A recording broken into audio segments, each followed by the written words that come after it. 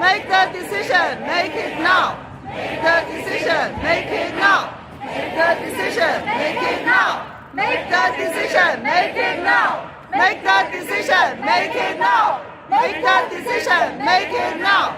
Make the decision. Make it now. Make the decision. Make it now.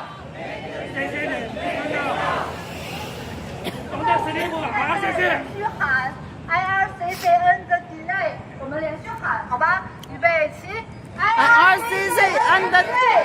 IRCC end the delay。 IRCC end the delay。 IRCC end the delay。 IRCC end the delay。 IRCC end the delay。 把我们的牌子举起来，现在媒体都在拍摄，把我们的牌子都举起来，大声喊 IRCC end the delay。 IRCC end the delay。 IRCC end the delay。 IRCC end the delay. IRCC end the delay. IRCC end the delay. IRCC end the delay. IRCC end the delay. IRCC end the delay. IRCC end the delay. IRCC end the delay.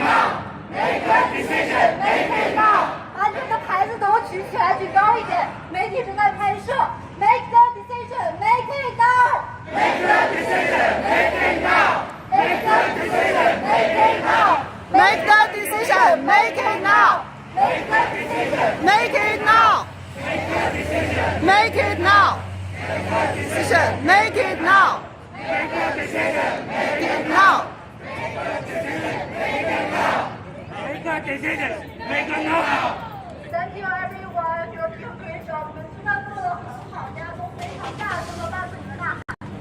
Is there anyone who wants to share their story? Is there any volunteer who wants to talk about their story? 有人还想要分享这个故事吗？可以过来发言。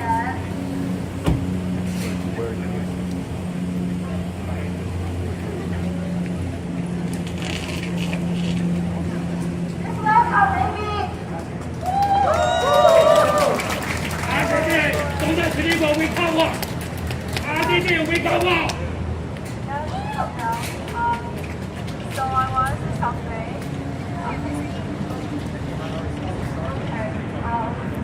I'm so impressed that I have waited our flight. I started from the March 30 Karma Hills. I remember the coldness and we have endured.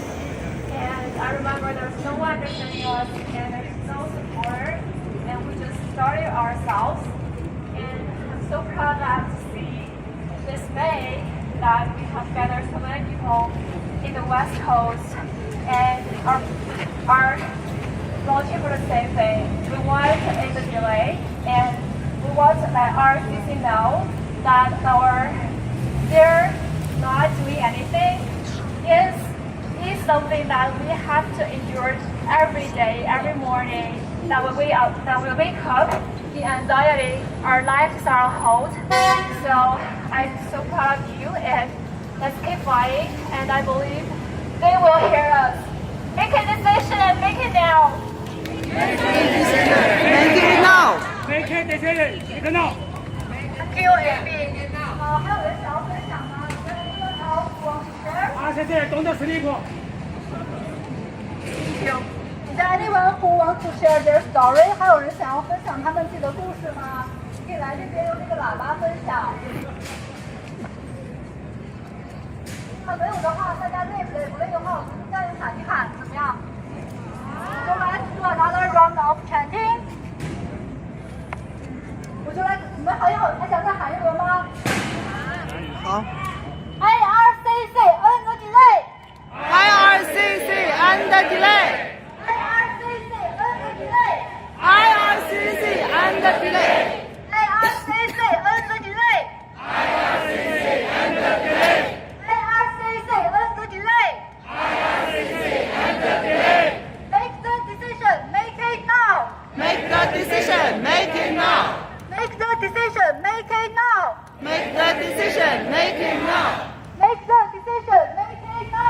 Make the decision. Make it now. Make the decision. Make it now. Make the decision. Make it now. IRCC. IRCC. Under delay. IRCC. Under delay. IRCC. Under delay. Make the decision. Make it now. Make the decision. Make it now. Make the decision. Make it now. Make the decision. Make it now. Make the decision. Make it now. Make the decision. Make it now. Make the decision. Make it now. Thank you, everyone. Let's just take a little break.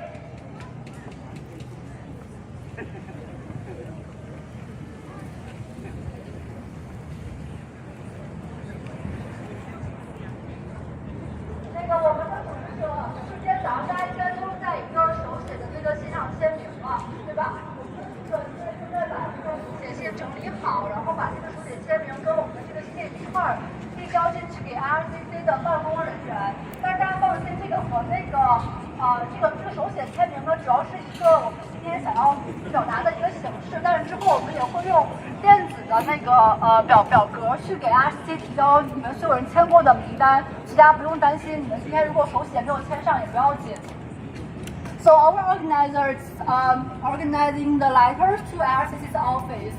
In a short moment, she will hand in the letter with all of our signatures to an IRCC's officer. So let's just give her a round of applause. 大家给她鼓个掌，然后等一下。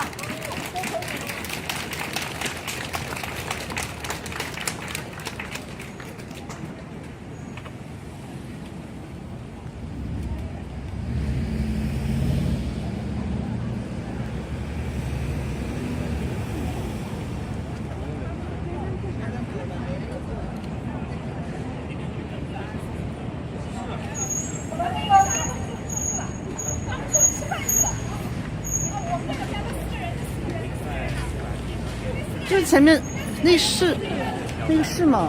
不知道是不是？他们是。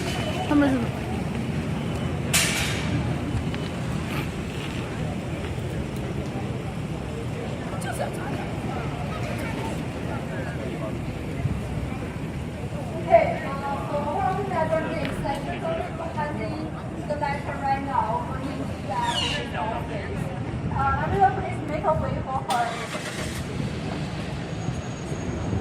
Thank you, Nick.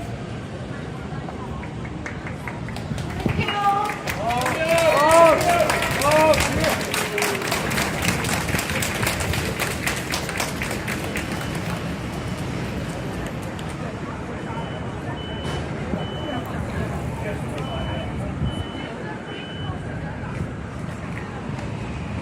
好，我们大家再做一轮口号，好不好？好。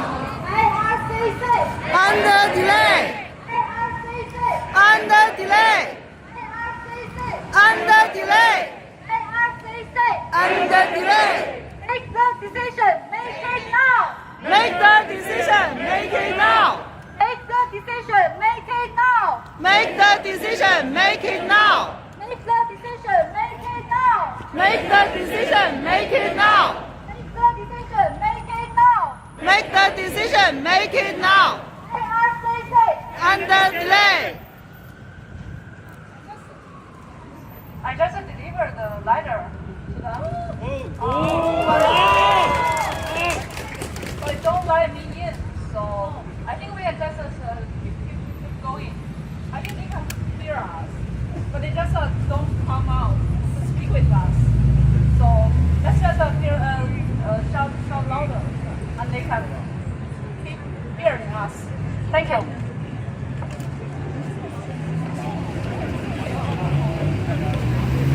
我们的组织者刚刚是把信递过去了，但是 IRCC 并没有人出来跟我们对话。